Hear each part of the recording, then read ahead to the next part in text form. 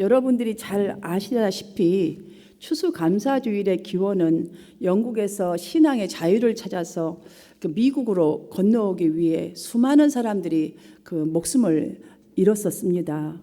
그 모진 고난 속에도 많은 사람이 죽어가고 또한 거기 떠날 때 어떠한 상황이 벌어질지도 모르는 상황 속에서도 청교도들은 고난과 이 굶주림을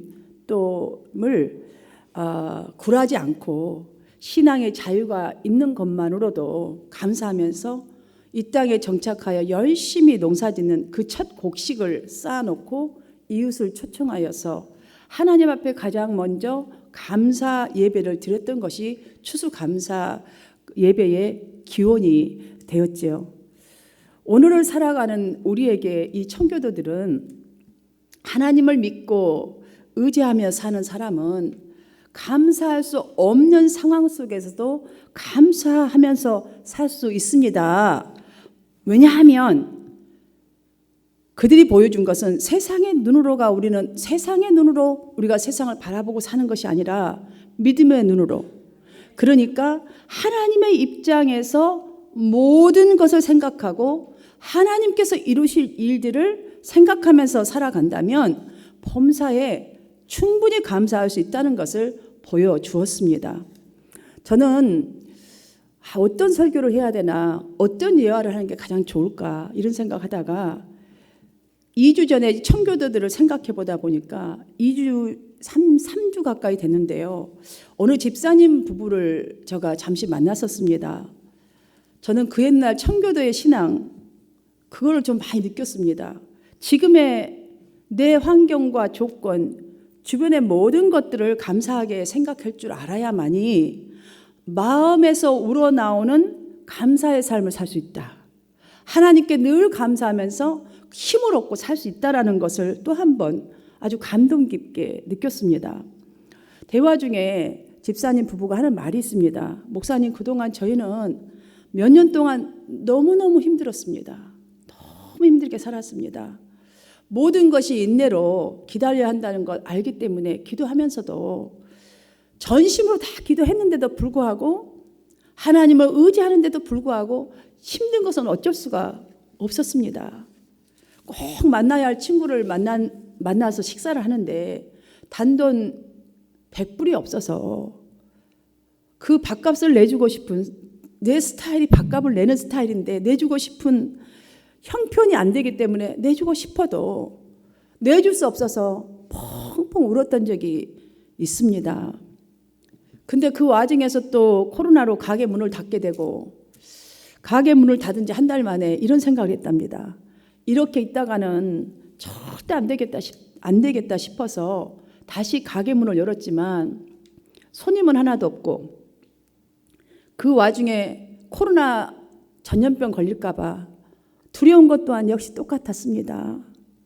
둘이서 가게에 앉아서 여러 가지 아이디어를 내다가 사태가 이렇게 되었으니 주문을 이제 받는 데에 주력하자라고 결정을 하고 택배 상자에 예쁘게 세팅한 디저트를 담아서 주문을 받는 데에 전념을 했다고 합니다. 그리고 이제 여기저기 딜리버리 시스템에 다 연결을 하고 그런 작업들을 꾸준하게 했대요. 그랬더니 참 힘들고 어렵고 그 과정을 지나기는 힘들었지만 주문이 어느 날부터 조금씩 더해지더니 렌트비 걱정을 하지 않을 만큼 바쁘게 되었어요. 어떤 면에서는 코로나가 우리에게 준 기회가 아니었나라는 생각도 해봅니다.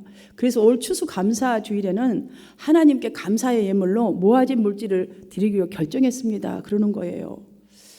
물론 돈이 많이 모아진 것은 아니지만 100불이 없었던 그때를 생각해 보니까 이 모든 것들이 하나님의 은혜였고 또한 이 모든 이 물질도 하나님의 것이다 라는 말을 제가 들었습니다. 그때 제가 이렇게 말했습니다. 겨울철이니까 이제 곧장 장사가 힘들어질 텐데 그것으로 렌트비를 충당을 해야지, 조금밖에 적응 못했다면서 그걸 다 하나님께 드리면 어떡하노라고 했어요. 그러자 오히려 이렇게 말했습니다. 목사님, 우리 교회 요즘에 헌금을 보니까, 헌금 사정을 보니까 하나님께 너무 죄송했어요. 작은 것이지만 저희의 이 헌물이 하나님의 일에 보탬이 된다면 그것보다 더 감사한 일이 어디 있겠는가. 이렇게 할 수 있게끔 이 은혜를 주신 거가 너무 감사하다고. 모든 것이 하나님의 것이니까 하나님께 또 채워주실 것을 믿어요. 저희는 걱정이 없어요. 이러는 거예요. 여러분, 한번 생각을 잠시 해보십시오. 저는 그런 생각이 들었어요. 그야말로 한 해 동안, 오랜 동안 그 집사님 부부가 흘렸던 눈물의 결정체, 이 헌물은 땀의 결정체, 이 모든 것들을 하나님께 감사함으로 드리는 그 마음에요. 제가 감동이 너무너무 와서 그냥 먹먹해져서 말을 못했어요. 말을. 똑같은 힘든 상황인데 뭐 우리 모두가 다 똑같은 힘든 상황이잖아요. 그런데도 불구하고 이런 생각이 탁 스쳐 지나갔습니다. 아, 이 부부의 삶의 목적과 가치관이 하나님을 향해 있구나. 하나님을 향해 있구나. 그리고 그렇기 때문에 모든 것들이 하나님의 뜻으로 받아들이고 열심히 최선을 다해서 살아가는 이 감사. 그래서 감사할 수 있는, 그래서 하나님께 이 물질을 다 온통 드릴 수 있는 그런 믿음이 아닌가. 목회자로서요 너무너무 행복했어요. 물론 제가 받는 건 아니에요. 그렇지만 하나님께 올려드리는 이 자라가는 믿음을 볼 때에 어떻게 축복을 아니 해줄 수가 있겠는가, 이런 생각이 들었어요. 오늘 시편의 이 시인도 하나님께서 이런 은혜를 우리에게 베풀어 주셨습니다. 성도 여러분, 지금 말로 하면 성도 여러분, 더 많이 감사하고 더 많이 찬송하고 더 많이 하나님을 잘 섬기고 정말 우리가 만민에게 좀 자랑을 합시다 라고 이렇게 말씀을 합니다. 본문에서 사용하는 동사들의 이 목적어들을 살펴보면요, 하나님, 그 이름, 그 행사, 아주 구체적으로 누구에게 무엇을 찬양하며 감사해야 하는지를 보여주고 있습니다. 특별히 5절과 6절로는 이제 역사에 이루어 주셨던, 역사를 이끌어가고 어떻게 하셨던 그 하나님의 그 일들을 말합니다. 그의 종 아브라함의 후손, 곧 택하신 야곱의 자손, 너희는 그가 행하신 기적과 그의 이적과 그의 입의 판단을 기억할지어다 라는 이 말씀으로 이스라엘 백성들에게 있었던 하나님께서 베푸셨던 역사적인 사건들을 이렇게 얘기합니다. 수가 적어서 그 땅에 정말 나그네가 되었고, 정말 이 땅을 살아가는데요, 주인이 아니라 나그네가 되었고, 다른 민족에게로 떠돌아다녔고, 억압받았고, 기근이 들고 양식이 끊기고 종으로 팔려가고 몸에 쇠사슬에 매였고, 그러나 여러분 여기 중요해요. 아브라함을 택하신 일 그날부터 시작해서 아브라함에게 주신 약속이 이루어져서 이스라엘 백성들이 약속의 땅에 정착해서 살게 된 이 모든 일들은 하나님께서 이스라엘에 구원의 역사를 이루시기 위해서 행하셨던 단련이었다라고 이렇게 말을 하고 있습니다. 그러니까 하나님의 구원의 역사 속에 당연히 마땅히 있어야 할 일들이었다는 거예요. 그러니 잠잠히 있지 마시고 하나님께 감사하십시오. 만민들에게 하나님과 나의 관계, 하나님 나에게 주셨던 이 일들을 자랑하십시오. 이렇게 말하면서 11절부터 개인적으로든 민족적으로든 그 겪은 어려움과 고난 속에서 하나님이 하셨던 일들을 또 다시 나열합니다. 때로는 기적으로, 때로는 말씀으로 행하신 하나님의 구원, 이 사건들이 무엇인지를 기억할지어다 라고 하면서 아주 구체적으로 먹을 것이 없을 때는, 비록 나그네와 같고 먹을 것이 없었고 노예와 같았지만 먹을 것이 없었을 때는 만나로 메추라기로, 정말 고기가 필요할 때는 메추라기로, 먹을 것이 없을 때는 만나의 양식으로, 목마를 때는 반석을 쳐서 목을 축어주셨고, 때로는 불과 기름구동으로 인도하셨고, 그뿐만이 아니라 그토록 완고한 바로의 마음을 10가지 재앙으로 꺾으셨지 않습니까? 그러니 결과적으로 보면 여러분들 24절 함께 읽어보십시다. 24절 시작. 여호와께서 자기의 백성을 크게 번성하게 하사 그의 대적들보다 강하게 하셨으며, 아멘. 이것이 하나님이 그동안 힘든 역사 속에서 이끌어 주셨던 그 대적들을 다 꺾어주시고 강하게 하셨다는 거예요. 지금 사랑하는 여러분, 지금 시인 다윗은 여러분 기억을 떠올려 보십시오. 하나님께서 행하셨던 그 구원의 사건들이 얼마나 놀랍지 않습니까? 이 말이에요. 너무너무 놀랍지 않습니까? 그러니 순간순간에 행하여 주신 구체적인 하나님의 구원을 정말 좀 떠올려 보면서 생각하면서 여호와를 구하는 자들, 그러니까 모든 그리스도인들은 하나님께 감사하고 찬양하면서 하나님의 이름을 자랑하는 일이 마땅합니다 라고 요청하고 있습니다. 저는 오늘 이스라엘 그 백성의 역사에 행하신 하나님의 이 구원 사역을 노래한 다윗의 이 감사를 우리가 보면서 하나님께는 어떤 우리의 모습을 가장 기뻐하실까? 하나님은 우리의 어떤 모습을 가장 기뻐하실까?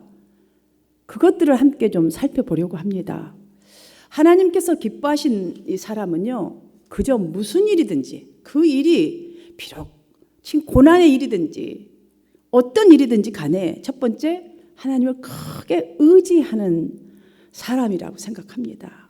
하나님을 의지한다는 말이 여러분 무엇입니까? 그냥 우리 애들이 아무것도 안 하면서 우리 엄마 아빠가 알아서 해주실 거야, 이런 것처럼 하나님을 그냥 무작정 의지하는 것을 말할까요? 아닙니다. 실제적으로 나를 사랑하시는 인격체로 실질적으로 나와 함께 지금 여기서 있는 것처럼 그렇게 하나님을 믿고 그분과 친밀한 관계 속에서 머물면서 힘을 얻고 도움을 받는 것을 말하는 거예요. 그래야 여러분들이 인격체로 느껴지고 실질적으로 도움을 받고 그렇게 주 안에서 살아가는 것, 친밀한 관계 속에 살아가야 하나님이 영혼까지 나와 함께 하신다는 것이, 그래야 진실을 알게 돼요. 이것이 의지하는 거예요. 이것이 그냥 어떻게 날 해주실 거야 무작정 아무 그것도 없이 이거 의지하는 거 아니에요, 여러분들. 그래서 예레미야 17장 7절과 8절에 보시면요, 아주 구체적으로 의지하는 사람에 대한 것이 말씀이 나와 있습니다. 보시면, 그러나 무릇 여호와를 의지하며 여호와를 의뢰하는 그 사람은 복을 받을 것이라. 어떻게? 그는 물가에 심겨진 나무가 그 뿌리를 강변에 뻗치고 더위가 올지라도 두려워하지 아니하며 그 잎이 청정하며 가무는 해에도 걱정이 없고 결실이 그치지 아니함 같으리라 라고 하셨습니다. 아멘입니까? 여러분, 이 말씀을 보시면서 이것을 알았으면 꼭 좋겠어요. 이걸 꼭 아셨으면 좋겠어요. 그 하나는 자식과 이 부모의 관계처럼요, 원하든 원하지 않든, 여러분 우리 부모와 자식 관계는 원하든 원하지 않든 의지할 수밖에 없는 게 하나님과 나의 관계라는 이 특성을 꼭 알았으면 좋겠어요. 여러분이 원하든 원하지 않든 꼭 우리는 의지해야 돼요. 의지. 자식이 부모한테 의지 안 하고요, 자기가 원하지 않든 엄마를 싫어해도 소용없어요. 의지해야 돼요. 정말 머물러야 돼요, 부모의 품속에. 그래야 힘도 없고요, 도움도 없고 다 받고 살아가지. 그 어린아이들이 무슨 도움을 어떻게 받고 살아가겠어요? 힘 없어요. 그럼 방탕하는 유랑자밖에 될 수 없지요. 이거 꼭 알았으면 좋겠어요. 그 다음으로 우리 자신이요, 우리가 기도해놓고 뭔가 애스킹해놓고 하나님을 기다리는 것 같죠? 그렇지 않아요. 말씀을 보십시오. 실제로는 하나님께서 우리가 하나님을 의지하는 그 믿음을 사용하시기를 기다리고 계신다는 걸 꼭 이 말씀 속에서 알았으면 좋겠어요. 우리 모두가 하나님을 의지하는 사람이 되어서 불가능한 상황 가운데서 정말 하나님으로부터 힘을 얻고 용기를 얻고 정말 우리가 도움을 받아서 하나님을 자랑하는, 그래서 노래하는, 찬송하는 그런 저와 여러분이 되기를, 그런 이 시대의 다윗이 되기를 주님의 이름으로 축원합니다. 두 번째로는 평범한 일에도 감사하는 사람입니다. 오늘 이 본문의 대주제는 감사입니다. 감사. 시인은 감사하기를 원합니다, 이렇게 말하지 않았어요. 명령법을 사용해서 감사하라, 찬양하라, 자랑하라 이렇게 요청하고 있습니다. 여러분, 감사의 결핍이라는 많은 결핍이 있겠지만 제가 이 예를 여러분에게 소개해 드리겠습니다. 7살 난 아이를 데리고 그 엄마가 이웃집에 놀러 갔는데요. 부부가. 그 이야기인데 이웃집 이제 부인이 이 아이에게 사과를 하나 이렇게 건네주었어요. 그러면 어떻게 해야 돼요? 감사합니다. 그러고 받아야 되는데 아이는 그냥 아무 말 없이 얼른 딱 받는 거예요. 그러자 어머니가 얘야, 다른 분이 사과를 줄 때는 뭐라고 해라고 했지? 뭐라고 해야지? 이러면서 힘을 팍 주고 아이에게 얘기하는 거예요. 그러니까 아이가 잠깐 생각을 깊이 하더니 껍질을 벗겨주세요 그러더래요. 여러분, 이 이야기는 타인의 사랑과 친절에 대해서 감사를 잃어버린 사람이 7살 그 어린 아이뿐만이 아니라 오늘날 우리들의 모습일 수 있다라는 이야기입니다. 실제로 평소에 가까이에서 호의와 이 친절을 베풀어준 대상에게는 감사를 놓칠 때가 참 많고 오히려 더 많은 친절을 베풀어 주기를 바라는 모습을 우리는 쉽게 볼 수 있습니다. 그 한 예로 저는 10대 요즘에 자녀들을 좀 들고 싶습니다. 자녀들의 경우는 학생 신분이잖아요. 그러다 보니까 가정에서나 사회에서나 타의의 그 희생만을 강요하는 경우가 참 많은 것 같다라는 생각이 듭니다. 여러분 자녀들은 어떠신지 모르겠지만 아침에 잠자리에서 일어날 때부터 부모님들이 수도 없이 몇 번 깨워야지 일어나잖아요. 그렇죠? 혼자 스스로 일어나는 학생들이 몇 명이나 있을까요? 밥을 먹고 옷을 입고 학교에 등교할 때까지 끊임없이 부모님에게 요구하면서도 감사는커녕 더 많은 것을 챙겨주지 않는다는 불평이 훨씬 더 많은 것 같습니다. 매일 끼니를 거르지 않고 끼니를 챙겨주는 어머니, 아내에게 감사를 표현하기는커녕 조그만 일 하나 안 주었다고 불평하고 짜증내고 섭섭해하는 경우가 훨씬 많습니다. 물론 꼭 남편들만 그런 게 아니에요. 아내들도 마찬가지고 모든 것이 그런 것 같아요. 이처럼 하나님께도 마찬가지인 것 같습니다. 하나님께서 베풀어 주신 크고 작은 은혜, 우리가 얼마나 많이 외면하고 사는지 알 수가 없습니다. 추수감사주일이니까 감사 제목을 이렇게 우리가 찾아봅시다. 생각해 봅시다. 돌아봅시다 하면 하나님께서 내게 베푸신 특별한 그 사건이 있었나? 특별한 큰 은혜만 생각하기 때문에 여러분 그냥 감사할 것이 별로 없어요. 사실 입으로 그냥 감사, 찬양 이렇게 하는 정도지 이렇게 예배를 드릴 때가 너무나 많은 것 같습니다. 이것을 부인할 수가 없다라는 생각을 해봅니다. 시편의 이 오늘 시는 신실하신 하나님에 대한 우리의 반응을 어떻게 하라? 여호와께 감사하라라는 말로 시작하여서 만민 중에 알게 하라, 노래하라, 찬양하라, 기이한 일들을 말하라, 즐거워하라, 막 이렇게 명령하듯이 요청하고 있는데요. 왜 이렇게 요청하고 권고하는가 보니 8절을 보니까 딱 나와 있어요. 하나님은 천대, 즉 무한한 시간 동안 하나님의 백성들과 체결한 언약을 기억하셨다는 거예요. 그리고 인도하셨다는 거예요. 그런데 우리는 이 하나님의 놀라우신 기적과 이적을 경험하고도 너무 쉽게 잊어버린다. 그래서 평범한 일에도 감사하십시오. 아무리 평범하게 기도 제목이 별로 없는 것 같아도 구하십시오 하나님의 얼굴을 이렇게 살라고 강력하게 요청한 그 이유, 또 그 이유를 말했어요. 그러한 강력하게 요청한 그 이유는 이렇게 자꾸 습관을 들여서 하나님께 감사하고 진심을 다해서 구하고 찾고 하나님께 감사하는 사람은 여러분 마음이 어떻게 되겠어요? 저절로 감사가 자꾸 나오는 삶, 그런 눈으로 발전하겠죠? 그러면 그러한 삶에 무한한 하나님의 참된 기쁨과 즐거움이 역사 속에 펼쳐진 것처럼 여러분에게도 있기 때문입니다라는 말이에요. 여러분들 탈무드에 보면 혓바닥에게 감사합니다. 이런 말을 버릇들기 전에는 아무 말도 하지 말라라는 가르침이 있어요. 그러니까 우리가요, 이게 혓바닥이라는 게 뭐예요? 계속 감사합니다라는 말이 그냥 딱 붙어 있기 전에는 아무 말도 하지 말라는 소리잖아요. 이 말을 보아도 오늘 시인 다윗의 말씀을 보아도 감사는 저절로 되는 것이 아니구나라는 것을 깨닫게 됩니다. 그러하기에 더욱 오늘부터 저와 여러분은 감사하다고 느끼는 바로 그 순간에 하나님께도 가족에게도 이웃에게도 정말 감사합니다.